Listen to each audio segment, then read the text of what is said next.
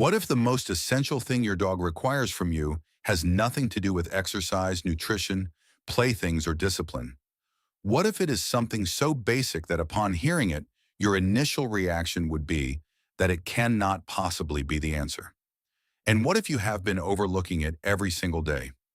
This isn't because you are a poor owner, but simply because no one ever informed you it was occurring. Here is the uncomfortable reality. Most dogs spend their entire lives attempting to convey something specific to the person they love most. Yet most owners go through their whole lives without ever fully grasping the message. It is not due to a lack of care, but because no one ever clarified what that message actually looks like. By the conclusion of this video, that will change. Stay with me, because the fourth point is the one that resonates most deeply.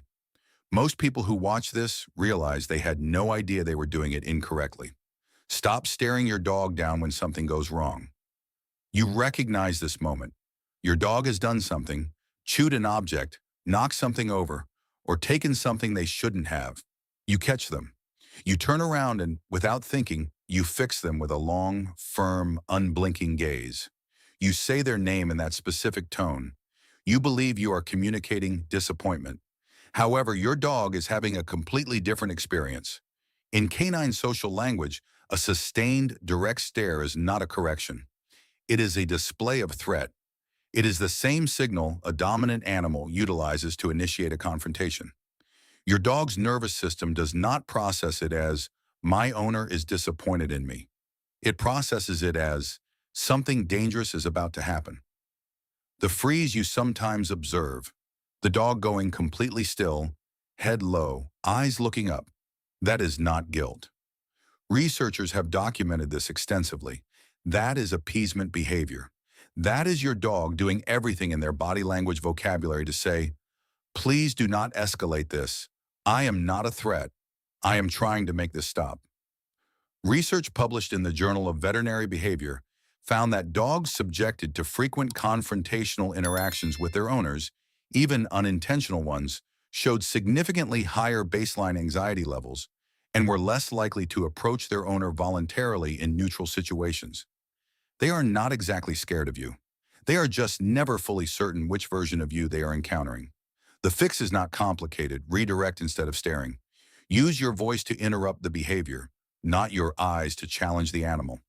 The dog you want, the one that is relaxed around you, that chooses to be near you, that trusts you completely, cannot exist if part of them is always calculating whether your next eye contact is safe.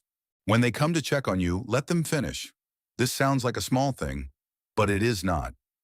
Your dog walks over to you when you are sitting quietly. They approach, sniff your hand, or push their nose briefly against your arm. Most owners in that moment immediately reach out and start petting them. It feels like the natural response in a form of connection. But from your dog's perspective, you just interrupted a sentence they were in the middle of saying. Dogs assess the people they are bonded to through scent and physical proximity in a way that is far more detailed than most owners realize.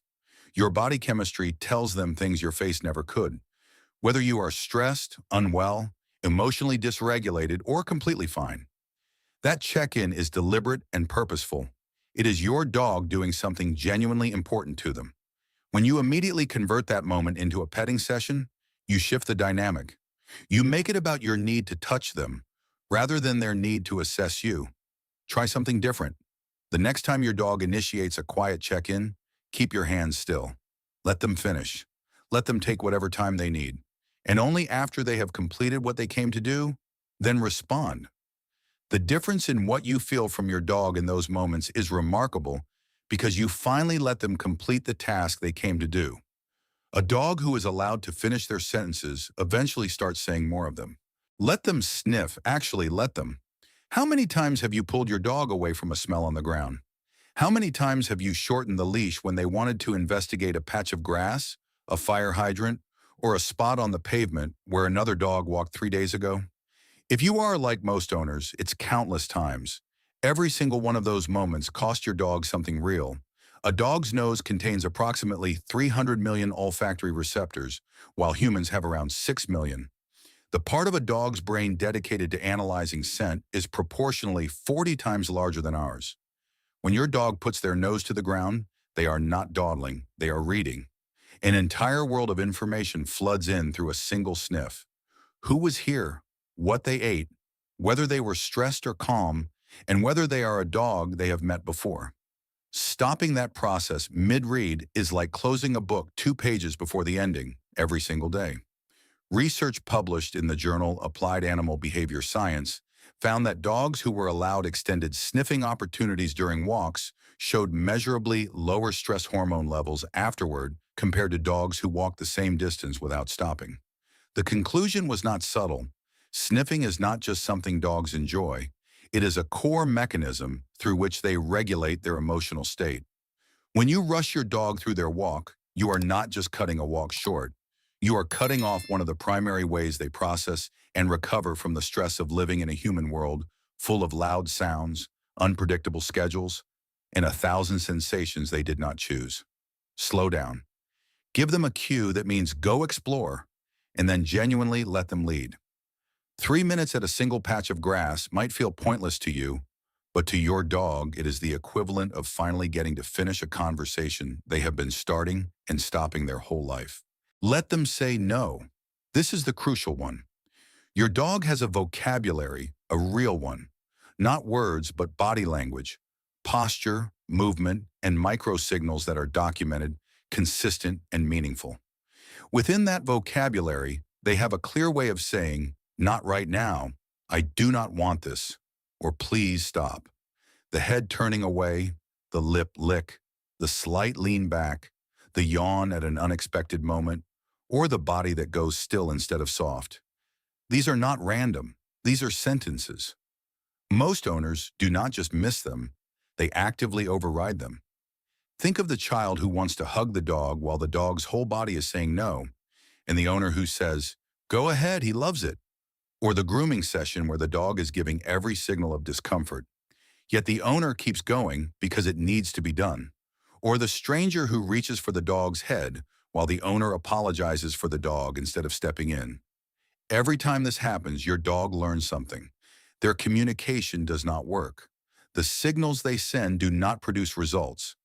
Over time, a dog who has learned their signals do not work stops sending them clearly. That is not a dog who stopped communicating. That is a dog who gave up on being heard. This is the primary pathway to anxiety, reactivity, and the dog who, in the owner's words, just snapped out of nowhere. There were 20 signals before that moment. They just were not seen. Research from the University of Bristol School of Veterinary Sciences found that dogs with more autonomy over physical interactions showed fewer anxiety behaviors and formed stronger voluntary bonds with their handlers than dogs in interactions controlled entirely by the human. Less control from you leads to more trust from them. This is what your dog has been waiting for their entire life. Not for you to be perfect or trained, but for you to listen when they speak. For you to hear a no and honor it. Because a dog who trusts that their no will be respected does not need to escalate. They can communicate quietly in the earliest, softest signal and know it will land. That is not a dog who is being managed. That is a dog who feels safe enough to tell you the truth. Get on the floor with them. When did you last sit on the floor with your dog? Not to clean something up or check a scratch on their paw, but just to be there, at their level, with no agenda. From your dog's perspective, you are enormous. A towering, fast-moving figure who controls food, doors, schedules, and attention.